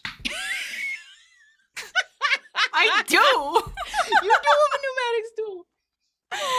Well, there you go. You got your wish. I did. You have a fantasy stool. There you go. I forgot. I'm like, oh yeah, there's just a button you push and it goes up and We Oh. we live in a wonderful age, everyone. Yeah. Absolutely. Being told I'm a youngin. Listen, it's Hey, all take good. it. Oh, Sailknit asks a very pertinent question. Hey, Mhm. Lauren, you want to talk all about the first one-shot D&D game next week that CNE announced today? Oh, are you talking about the Pair Passage? Because Ooh. yes. I've probably missed some of these social media posts that have gone out because, hey, I'm painting minis. Painting. I'm a little busy, but um, like previous charity games that we have done to support the release of a charity familiar, we're doing a special one shot on Wednesday, April 20th at 5 p.m. Pacific. Hope Lavelle, who is the person who helped create Dottie, will be joining a couple people from Codename Entertainment and a couple people, well, one specific person from a familiar quest, actually. And while they will not be playing their familiars, they're going to be playing new characters, and we're going to play a little D&D game just for funsies, just to uh, help convince you with the power of our D&D Adorableness. entertainment, D&D-tainment, that you should go ahead and buy Dottie the Dandelion and help us raise money for Conservation International. So, yeah, you should come on by. It's going to be fun. I'm excited. I'm starting to see everybody's characters, and it's going to be the regular goofy fun that I tend to do for one Mhm. shots. Um, Not every one shot needs to be goofy fun, but you know what? When you're doing something for a good cause, uh, it's always good to lean on funny and silly. Yes. I just find it works better. Yeah. Also, food. Food is a great thing to do, absolutely. Yeah. I mean, you could probably guess by the name what kind of food is involved, but hey, Apples. I well, now I'm putting apples in the game. Oh, great. Now I've changed the entire game because I've been inspired. But thank you for asking. I don't know, our absolutely wonderful moderator Martin probably has already done this. If you could grab the link to the blog post that just went up about an hour and a half ago Mhm. of the Dottie the Dandelion familiar, so that if people want to read more about Conservation International or see more information about the familiar, that it comes out on Wednesday. So you'll be able to find it in the game as soon as it comes out. But if you could put that link in chat, that would be amazing. Or hey, if you just go to codenameentertainment.com, you'll find it. One of the two. I've got a little bit more under the legs to do, but I'm almost there. Almost there. Almost there. And I'll stop. I was watching Frog Prince with my kiddo like a couple weekends ago, so that's stuck in my head too. I mean, once again, if I can just inspire you to sing, then I'm half doing my job. All right. Let me rinse this. I'm pretty much happy with how this is looking, but wait, Jesus. there's more. We're going to do one more round of these wait. shadow layers. There's more. There's more. So we're going to go to straight up dead white, and we're going to use that on the humanoid form. Ooh. Very lightly, light-handed with this one. So dead white on like the swords, the body, the armor, the hair. There's my dead white. The hair. Ooh. And then we'll do another mixing for the lower body and the face. But then after that, that gives us all of our shadow layers, and it should probably bring us to the end of the show, timing-wise, I'm thinking. Yeah, So that makes sense. I mean, we've got about yeah. 25-ish, 20, Yeah, then we should be 25-ish pretty. minutes. Yeah. Perfect. Also, thank you, Martin. Just put that link in chat. I super duper appreciate you. Yay. Nothing like Always. having your moderators have to run out and go grab links at the last minute. That's why you're awesome. Exactly. I'm like, but that's what makes them so awesome. All right. The whole upper body or just hair, swords? The humanoid part and the armor. So, Okay. yeah. Stay away from the spider spots. How's that? Okay. I think I was focused on you saying swords and hair and started to think maybe only swords and hair. Nope. Heads, shoulders, but not the knees and toes. Forget the knees and toes. Forget the knees and toes. I mean, it's all elbows, so it's easy to forget the knees and toes.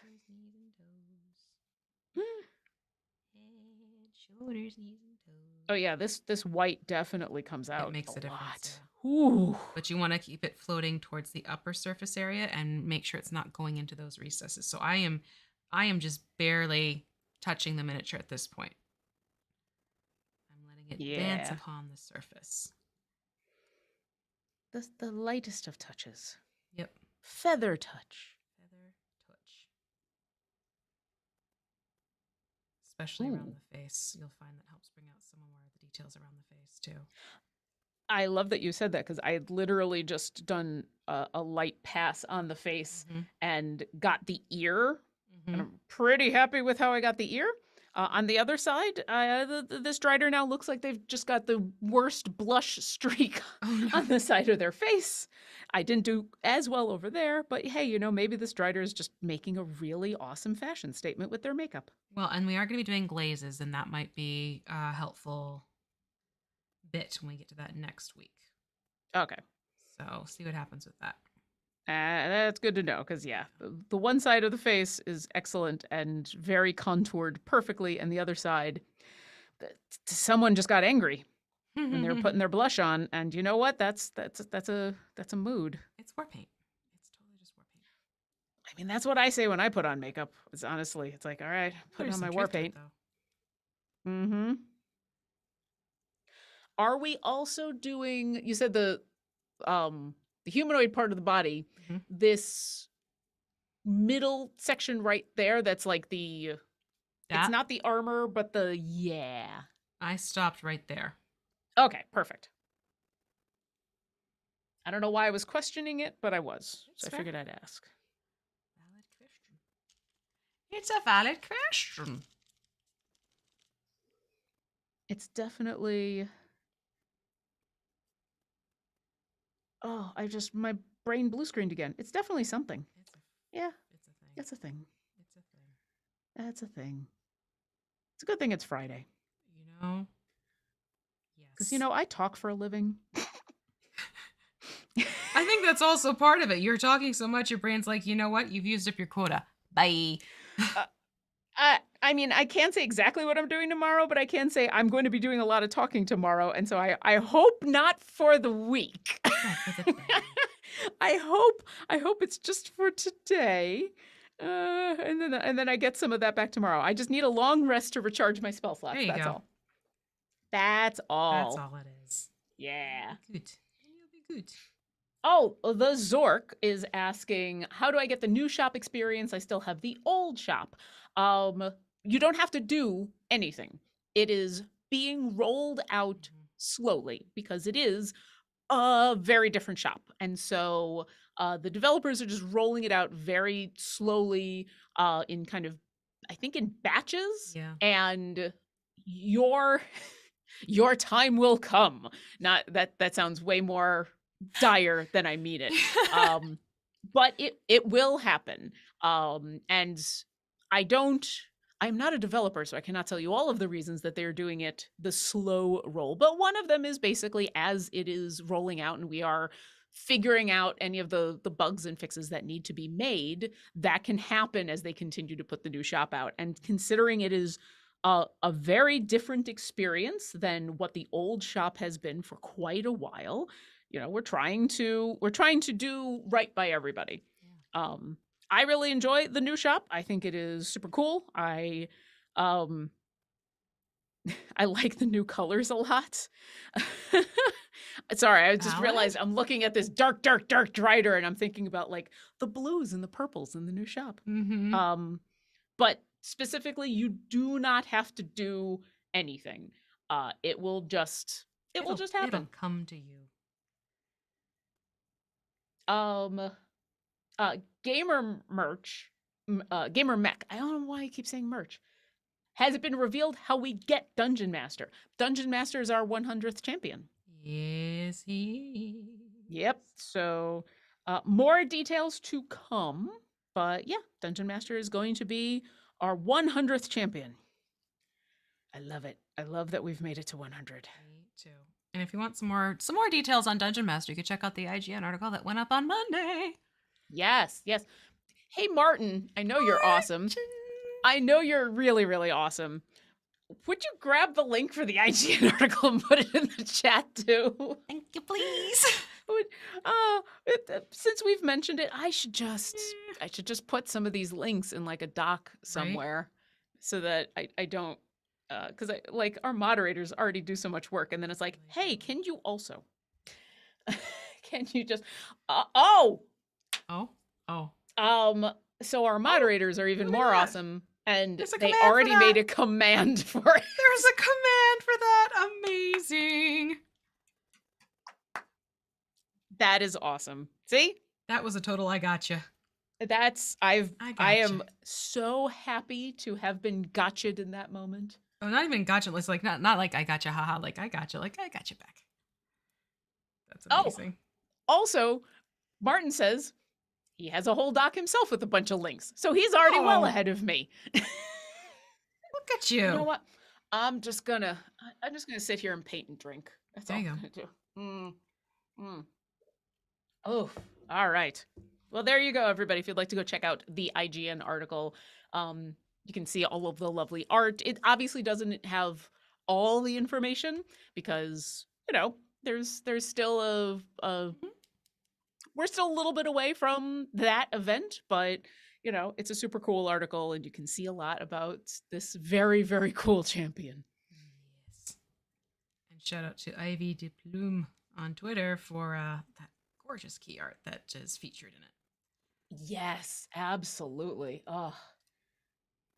Has Ivy been doing all of the key art? I think there's another. Jesse has done the key art for Dottie and all the familiars for Familiar Quest. So that is Jesse Campbell.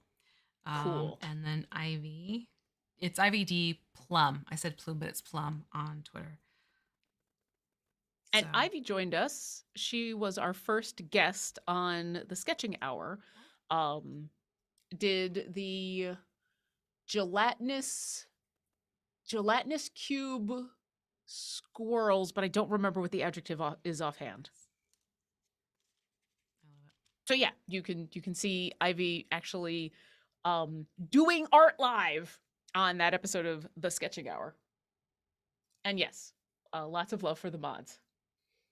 Tons of love for the Oh mods. yes, Noskin, the Dungeon Masters from the 1980s cartoon. So yes, this is, I think, 83, 84, and 85. Yep. Yeah, just a couple seasons. If you are not old like me, then you probably haven't seen it because you can kind of find some of it on YouTube, but you gotta go looking. And it's an old 80s cartoon in all the best and worst ways. It's amazing. And it's classic at this point. Like, Critical Role has referenced it. Yeah. Yeah. And you can see a whole bunch of the archetypes of the all the different classes you can play. It's super fun. But yeah, it was 83, 84, 85. So it is definitely an 80s cartoon. So if you're used to the more modern style of cartoons, this is a little bit more simple, but the art is just fun. And definitely watch for Tiamat. Yes. Watch when Tiamat shows up. Absolutely do. Yeah. Okay, so I've done the dead white on the upper body. And now I'm going to mix the Stonewall Gray that I had left and dead white together to make a lighter warm gray, basically, is what's happening right now. And is this for the body, may I assume? This is for the spider body area, yep. Okay. Actually, add just a little bit more of the white to this. Yeah, my mixing brush is getting a workout today. Right.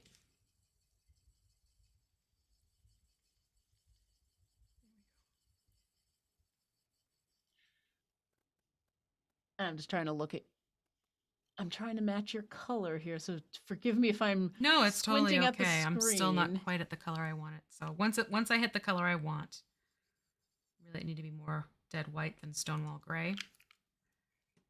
So once I get to that light color, warm gray that I'm thinking of, I will hold it up. I'll swatch it on my hand so you get a better feel for it.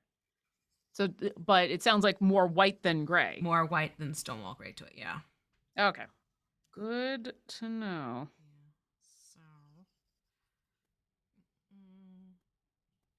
So Oh, yeah. yeah. It's almost like an ivory. Yeah. All right, so then I need to add just a little bit more white to mine. And I'm going to go and start working on the body and the base. And all of those elbows, knees, and toes. There we go. I think I've... I'm cycling myself. Nope, that's okay. That's okay. I'm here for it. All right. I think I got, if not the color, it's close enough that I'm happy. Okay. Man, my dry brush today is getting a workout. Yeah, they are. And just the body or also the base? Also the base. So spider body and base. All right. Ah, Bay Neon says the cartoon was my first introduction to the game, right? I think for a lot of people, that was probably the first introduction to the game. Mm-hmm. Now, one thing I'm doing differently is I'm actually pulling the dry brush across instead of up. Okay. Because that's going to bring out some more of those little details sitting on the sides. So I'm pulling it across the body very lightly for this round. All right. I need to shift the swords a little bit. Gently lift those swords up for a moment. I definitely feel like if you need practice dry brushing, this is the creature, and this is the episode you should watch. Mm-hmm. This is your dry brushing primer, everybody.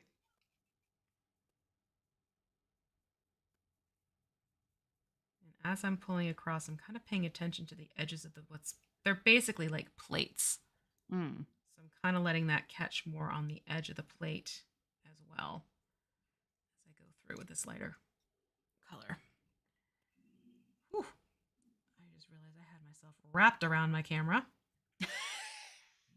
I know, I was doing the same. That's why I'm like, all right, stretch break. Mm-hmm. Also, it reminds me to look at the backstage chat in case anybody asked any questions. We only have about 15 minutes, 10, 15 minutes, because we try to end, a little bit before 2 Pacific, so that the fabulous Garwar can get ready for their stream. Garwar's Guide to Everything comes on at 2. So if you have any last questions for today about the Drider, about painting, about the game, go ahead and put those in chat, and make sure you put question in big capital letters, because you know what? Martin has done a lot of work today. Let's make Martin's life a little easier. Thank you, Martin. Bless you, Martin. And we will be continuing the Drider next week. Yes, the Drider's going to go from a little less, no, I take that back. Driders aren't exactly colorful. We'll start getting glazes onto the Drider. And you know what? It's been a while. Remind me, please, what's a glaze? A glaze it's not the full thickness of a paint. You have thinned it out so that you still get the pigment, but it flows more like a watery substance. But it's not fully a wash, because the wash will shadow in and give a little bit of tint, but a glaze provides a little bit more color coverage. So just levels of how much pigment is involved. Yeah. And how close are you to ketchup? Yeah.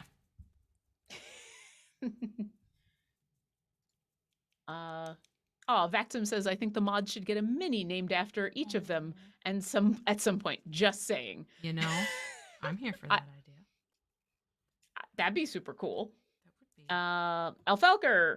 Alfalker01 asks, question, not directly arts related, that's okay. But in Norway, the Easter in Norway is the replant season for flowers to prepare for the spring. Anyone else also using the Easter for this?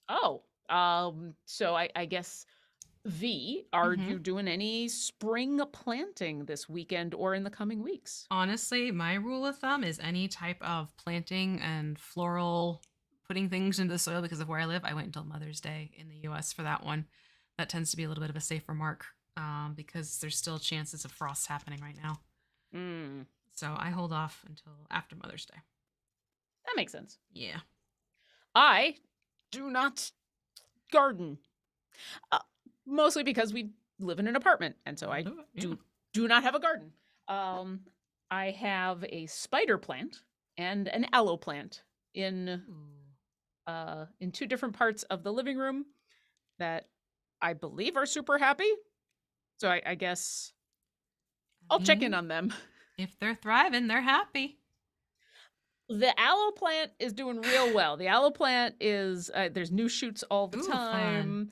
I've had to do the thing in where you help prop up some of the leaves because the stalks get just way too long, and then a whole bunch of new stalks come. And the aloe plant is like, yes, give me everything, all the space.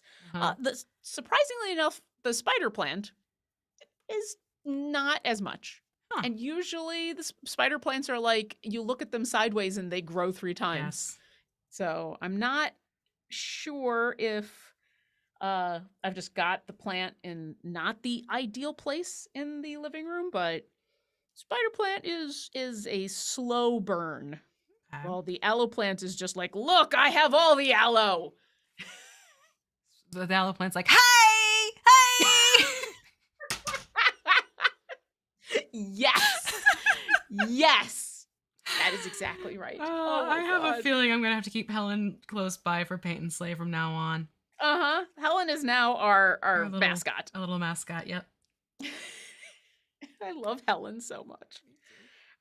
Oh, I got to do the base. I got so distracted by Helen. I thought it was done. I'm like, I'm going to put stuff down. Oh, no, I haven't done the base yet. Got to do the base. Whoops. I'm still working on the legs. My goodness. Oh, I'm still working on the legs, too. I've still got a little bit more to go there, but I'm like, oh, I haven't done anything on the base. Let me start on there a little bit. But you can see now lots of details have popped out. Oh, yeah. Here's the difference. Right, so this is the last round on the legs on this side. Yeah. And then this is the side that hasn't on the legs yet. So you can see it makes a difference as you build these up gradually. Yeah. So since I'm working on the base right now, it has reminded me that I had a question for you. This mini, I noticed, came with a hole in the base. Yeah. Is there a reason for that, or is it just how the mold works? Probably would be just how the mold works, would be my guess. Okay. I mean, yeah, it was probably just how the mold is. Okay. I looked at that and I'm like, secret compartment mini. Well, I had to think about it a little bit because I use my pill bottles because pill bottles and a little bit of the sticky tack, and I'm like, oh, where to put? I can't put the sticky tack where the hole is, so that's why my Drider is kind of offset on my base here, because that's a hole. And I figured it either had a very distinct purpose, or it was just how molds work. One of the two. I also will admit I did spend a moment wondering if I had accidentally dropped something on the floor that came in the came with the mini, like, because I'd opened it up and the plastic did one of those whoopsies. Yep. And the actual the plastic the black disc, the base that you're supposed to use at the end, that went flying. Of course it did. I found it. Oh, good. And then I saw the hole and I went, what else went flying? Yes.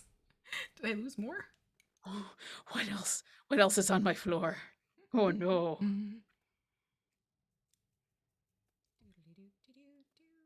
Oh, and I just happened to look over.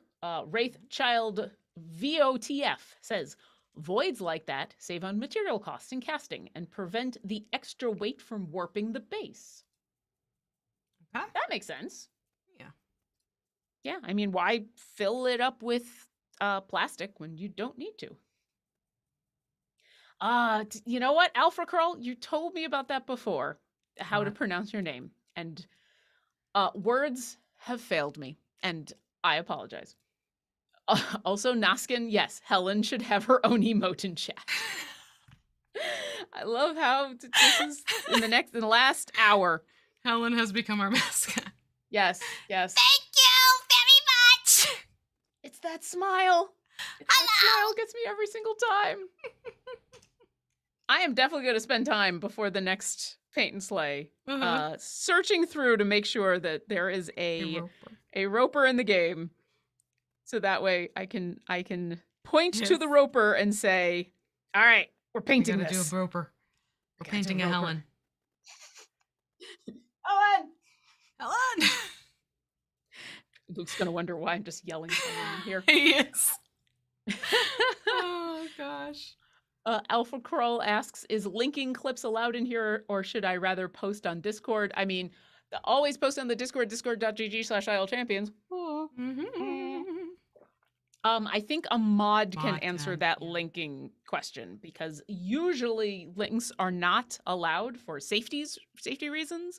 I don't know about clips. Also, if you've clipped something, thank you. Yes. We appreciate you. Always appreciated. Ninehammer asks, how did Orkira and Desmond not make the Tanks for Snacks weekend? I mean, there's a lot of champions who like snacks. Mm-hmm. I'm just saying, it's fine. It's fine. Also, Orkira was just in a weekend. Yeah. And Desmond was just they were both weekend. recent. I was just gonna say, aren't they like the past two actually? I think so, because Desmond was in one of the more recent events. So yeah. I'm not saying Orkira wouldn't be perfect for a Tanks for Snacks weekend. I'm just saying she and Desmond are not the only hashtag snack pack. I did enjoy, I won't go into any big spoilers, but last night's Black Dice Society, if you are a fan of both, the timing has happened in where Desmond and Tatiana have returned from their excursion to the Shadowfell. Yes, they did. And I appreciated that the first thing they got was snacks. Hey, Nika came prepared. I appreciated that quite a bit. On multiple levels. And rightfully so. They're whole like, wait, are we supposed to eat that? Mm-hmm. Yep. Mm-hmm. Hey, listen. It's fair. Orkira will just try things, but she's a cleric and has lesser and greater restoration. So if you do something to her, she has options. True. But I do respect the idea that Desmond waited until he saw that Orkira was like healing people before he accepted a snack from her. You know, that's totally fair.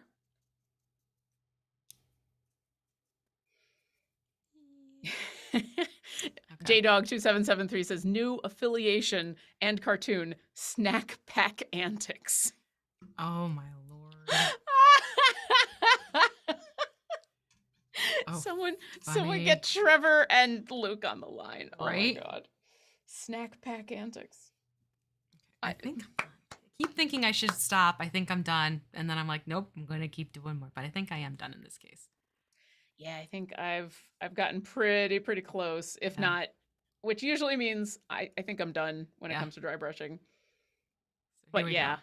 This is the many layers of shadows put onto these. And next week we'll start getting some tints happening with the glazes.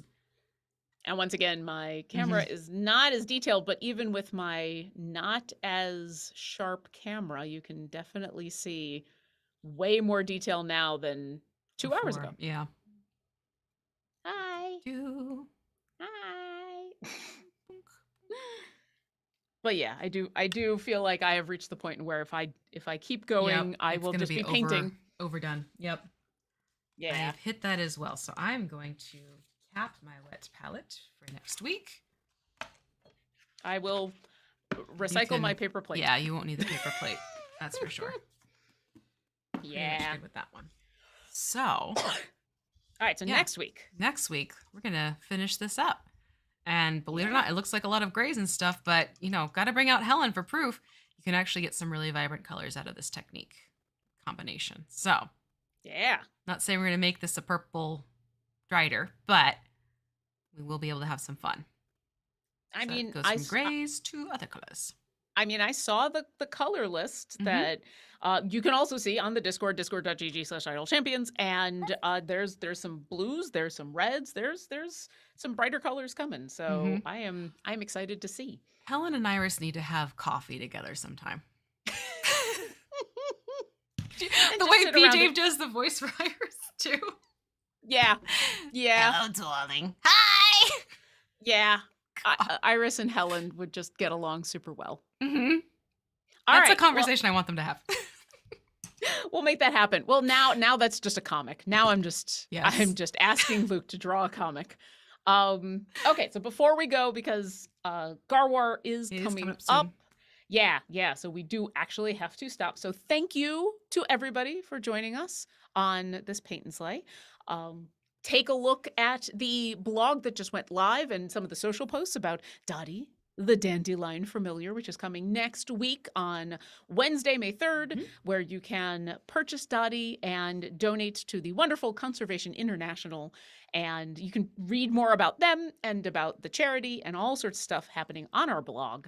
And I blue screened again. I'm like, what else Yes. can I talk about? I know. That's just it. There's so much happening. There really is so much happening. So fair enough. Yeah. Oh, you can start collecting your familiar quest familiars in game.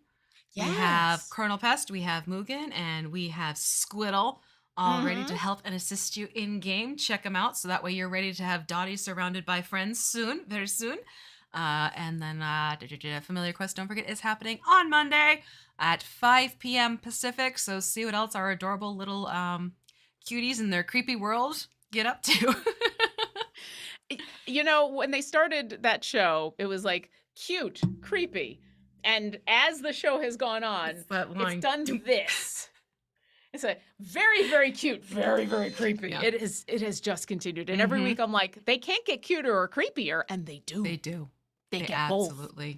absolutely do. And it's fantastic and I adore it. And all the players and Todd are doing a fantastic job. So if you haven't caught it yet, again, go to the YouTube channel for that playlist and check it out because it is well worth it. That's gonna be a fun way to spend your weekend.